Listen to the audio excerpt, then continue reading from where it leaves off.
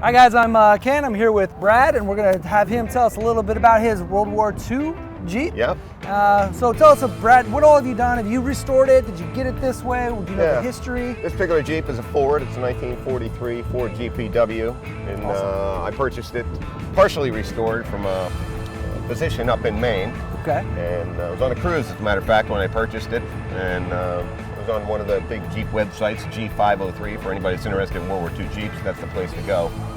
And I bought it for $8,500, probably about 7 years ago. Wow. The guy previous to me had sandblasted the frame, and he had got the body done by a professional, one of the only people in this country that actually builds the parts for it, custom. Okay. So it was all sandblasted and done, so I didn't have to deal with the tub. Gotcha. Basically, the engine block was rebuilt, but none of the accoutrements were in it.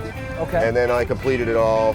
I thought it was going to be a year or two project. It never works out that way. Well, actually, it ended up being like 5 months because I threw money at it. If I needed something, I bought it, and I attacked it with great ferocity. In the morning before work, at night till 2 in the morning. Sure. So it was what you did. So awesome. I tried to make it as authentic as possible. Ford made Jeeps, and they were very proud of their products, so they put F marks on every nut and bolt. So yep. What was your favorite part about the restoration or the rebuilding of it? You know what? I'm just glad I didn't have to do the body work. Yeah. So the mechanical end of it, I enjoyed immensely. You know, the wiring, everything from there on up, and researching the detail and the historical. You know, things change during production. Sure. This particular one, September '43. So there's certain things that should be on it, shouldn't be on it, or should. And the research and the history of it is actually one of the most enjoyable parts. What was one of the more fascinating things that you found out about this particular Jeep or this year of Jeep? Well, I'll tell you, it's tough to track the history of a Jeep because if you don't have the original hood number, which is the 20 number that's on the hood, there is no way to know where they went. So unless you can find a historic photograph and the original hood numbers. This one had been redone previous to that, so I was unable to recover the hood number. Gotcha. So finding the actual history of this Jeep is impossible. By the frame number, you can tell when it was produced, and this was produced early September '43. Awesome. Which there's few differences between Fords and Willys. The engine block's painted different. All the parts are interchangeable, but certain things were stamped differently and made slightly different.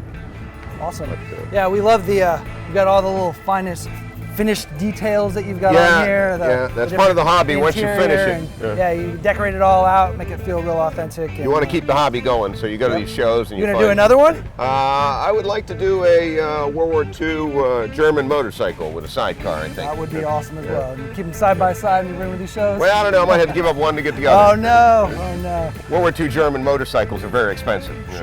Yeah. These are worth maybe $20,000, $25,000, depending on the condition. Great. Anything else you want to tell us about it, or anything special that stands out that the people might want to hear? Well, not really. It's pretty much as it would have been in '43. I mean, I always like this. A lot of people get a kick out of the flip-up headlights to work on it. Things like the oil cans in here. They provided you with a grease gun. There's a lubrication chart that tells you all the points that you have to lubricate on it and the maintenance schedule for it. Everything you need to work on it out in the field. Everything you need to work on it, yeah. It's got a manual fuel pump if you need to prime it. You can crank start it. Not a lot of people knew you could crank start a Jeep. Yeah. That's amazing. So you would prime it and crank start it, which I've actually had to do on several occasions because I left the radio on. Awesome.